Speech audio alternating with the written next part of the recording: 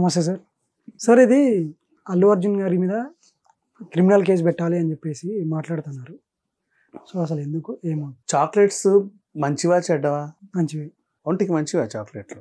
కొంతవరకు మంచి limit. Ice క్రీమ్లు, అది కూడా అంతే. కూల్ డ్రింక్లు, నూడిల్స్ లాంటివి, అసలు వేసి ఇంకేవేవో తినుబండారాలు కావచ్చు, ఆడుకునేవే కావచ్చు, పాడుకునేవే కావచ్చు, ప్రతి దానికి బ్రాండ్ ప్రమోటర్స్ ఉంటారు. పలానా హీరో ప్రమోట్ చేయడం వల్లే నా కూతురు తెగ ఐస్ క్రీమ్లు తినేస్తుంది అనేది తప్పు. పాప ఐస్ క్రీమ్ కావాలంటే నువ్వు కొనిస్తావు, కొనివ్వకపోతే ఏడుస్తుంది కాబట్టి కొనిస్తావు. ఆ పిల్లకి నచ్చి రోజుకు 2 తింటుంది. షారూఖ్ ఖాన్ ప్రమోట్ చేయడం వల్లే నాకు వీళ్ళ ఐస్ క్రీమ్లు తింటుంది అని షారూఖ్ ఖాన్ మీద కేసు పెడతావు. పిల్లలకి ఇష్టమైతే చాక్లెట్లు ఇస్తావు, నాన్న చాక్లెట్ కావాలా అని. వాళ్ళకి చాలా నచ్చేస్తుంది. ఇంకా కొంచెం చాక్లెట్లు డాడీ రోజు చాక్లెట్ కావాలని అడుగుతారు. పలానా మహేష్ బాబు దానికి బ్రాండ్ అంబాసిడర్గా ఉంటాడు. మహేష్ బాబు చేయబట్టే నా పిల్ల చాక్లెట్లకు అలవాటు పడిపోయింది, మొత్తం అసలు విపరీతంగా తినేస్తుంది, ఆరోగ్యం పాడైపోయింది, మహేష్ బాబు మీద క్రిమినల్ కేసు వేయండి అంటారు. ఎంతవరకు కరెక్టు? ఒకటి చెబితే తప్ప నీకంటూ ఒక అభిప్రాయం లేదా? అవునా? ఇక్కడ విషయం ఏంటంటే యాక్చువల్గా వీళ్ళు చెప్పింది అల్లు అర్జున్ అండ్ శ్రీలీల ఒక ఎడ్యుకేషనల్ ఇన్స్టిట్యూట్కి బ్రాండ్ అంబాసిడర్లా ఉన్నారు. వాళ్ళు ఈ మధ్య కాలంలో మాకు ఇన్ని ర్యాంకులు వచ్చాయి, మాకు అన్ని ర్యాంకులు వచ్చాయని క్లెయిమ్ చేసుకున్నారు. ఆ ర్యాంకులు కరెక్టా కాదా యాజమాన్యాన్ని అడుగు. ఓకేనా? చదువు బాగా చెప్తారా లేదా పిల్లల్ని అడుగు. ఫుడ్ బాగుంటుందా లేదా పిల్లల్ని అడుగు. ఫీజులు మీకు అందుబాటులో ఉన్నాయా లేదా అని పేరెంట్స్ అడుగు. ఇవన్నీ కూడా నీకు నచ్చకపోతే యాజమాన్యం మీద పోరాటం చేయి. ఎందుకండి ఫీజులు ఇంత పెట్టారు, పేరెంట్స్ లబోదిబోమంటున్నారు, కట్టలేకపోతున్నారు. ఎందుకండి ఫుడ్ క్వాలిటీ పెంచట్లేదు, పిల్లలు అనారోగ్యం పాలవుతున్నారు. ఎందుకండి పుస్తకాలు మరీ ఇంత ఇస్తున్నారు, పాపం పిల్లలు మోయలేకపోతున్నారు.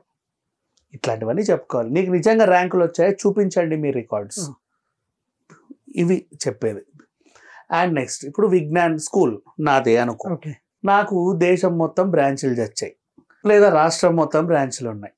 ఒక బ్రాంచ్లో నాకు స్టూడెంట్కి ఒక ర్యాంక్ వస్తుంది, నేను అన్ని బ్రాంచ్ల్లోనూ అడ్వర్టైజ్ చేసుకుంటా.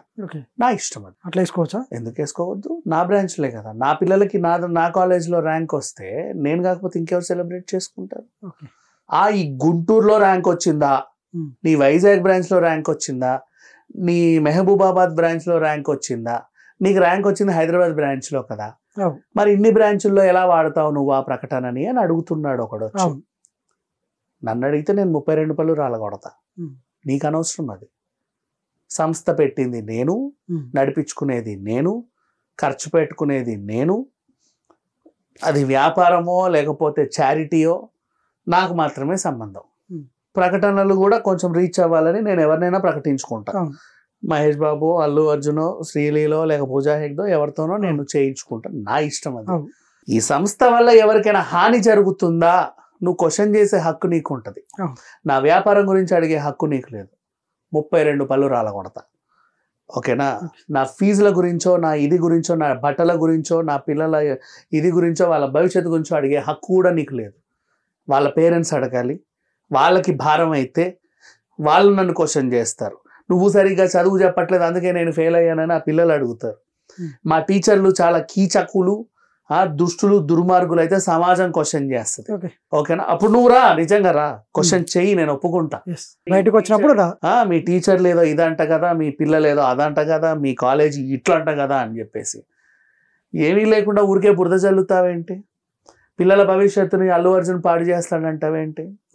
నీ టార్గెట్ ఎవరు? అసలు ఏం చేయాలనుకుంటున్నావు? అల్లు అర్జున్ టార్గెట్ చేయాలనుకుంటున్నావు అంతే. అది ఈజీగా అర్థమైపోతుంది. దానికి నువ్వు ఏఎస్ఎఫ్ ప్రెసిడెంట్ అయితే ఏఎస్ఎఫ్ కున్న పరువు ఎందుకు తీస్తున్నావు? నీలా లేరే అందరు లీడర్స్, వాళ్ళు నిజంగా అన్యాయాన్ని ప్రశ్నిస్తున్నారు. ఆల్ ఇండియా స్టూడెంట్ ఫెడరేషన్ కరెక్టే. వాళ్ళందరూ ఒక్కొక్క ఊరికి ఒక్కొక్కరు హెడ్గా ఉన్నారు. నీ మైండ్ చెడితే మీతో వాళ్ళందరి మీద నీ ప్రభావం పడుతుంది. పలానా ఏఎస్ఎఫ్కి బుద్ధి లేదంట, ఇట్లా కూడా ఆలోచిస్తున్నారంట అంటారు. ఇప్పుడు నాలంటోడే అన్నాడు. ఎక్కడ పెట్టుకుంటావు మొహాన్ని తీసుకెళ్ళి? నీ వల్ల వాళ్ళందరూ పరువు ఎందుకు తీస్తున్నావు? నీకు ప్రాబ్లం నిజంగా ఏదైనా ఉంటే అథెంటిక్గా పెట్టండి, ఊరికే ఎవరిని టార్గెట్ చేయకండి. ఒకడు చెబితేనే నీ కూతుర్ని, నీ కొడుకుని తీసుకెళ్ళి అందులో జాయిన్ చేస్తున్నావా? నీకు ఆ మాత్రం తెలివి లేదా? అల్లు అర్జున్ చెప్పేసి జాయిన్ చేసేస్తావా? Brand promoters or brand promoters చిన్నప్పటి నుంచి అందరికీ తెలుసు. ప్రతి ప్రోగ్రెట్కి ఎవరో ఒకరు అట్లా ఉంటారు అంతే. వాళ్ళు చెప్పడం బట్టే నేను వాడుతున్నానని ఎవరు అనరు. నువ్వు మార్కెట్లో మంచి నూనె కొనడానికి వెళ్ళు, ఏది తక్కువలో ఉందో చూసుకుంటావు. 178 అదంట, ఇది 164 అంట, ఇది కొందాం అంటాం. 178 మీద పూజా హెగ్దే ఇట్లా ఉంటది, 164 మీద అన్నపూర్ణమ్మ ఇట్లా ఉంటది. నువ్వు అన్నపూర్ణమ్మ మొహం చూసి కొనవు, తక్కువ రేట్ ఉందని ఆ తక్కువ రేట్ ఉందని తీసుకుంటావు. తీసుకున్న తర్వాత నీకేమన్నా అయిందనుకో అన్నపూర్ణమ్మ మీద వేసేస్తావు. ఈవిడ చెప్పడం వల్లే నా కడుపులో ఏదో మొత్తం ఇట్టిట్ అయిపోయిందండి అని. ఇట్లా ఉన్నారు మనుషులు.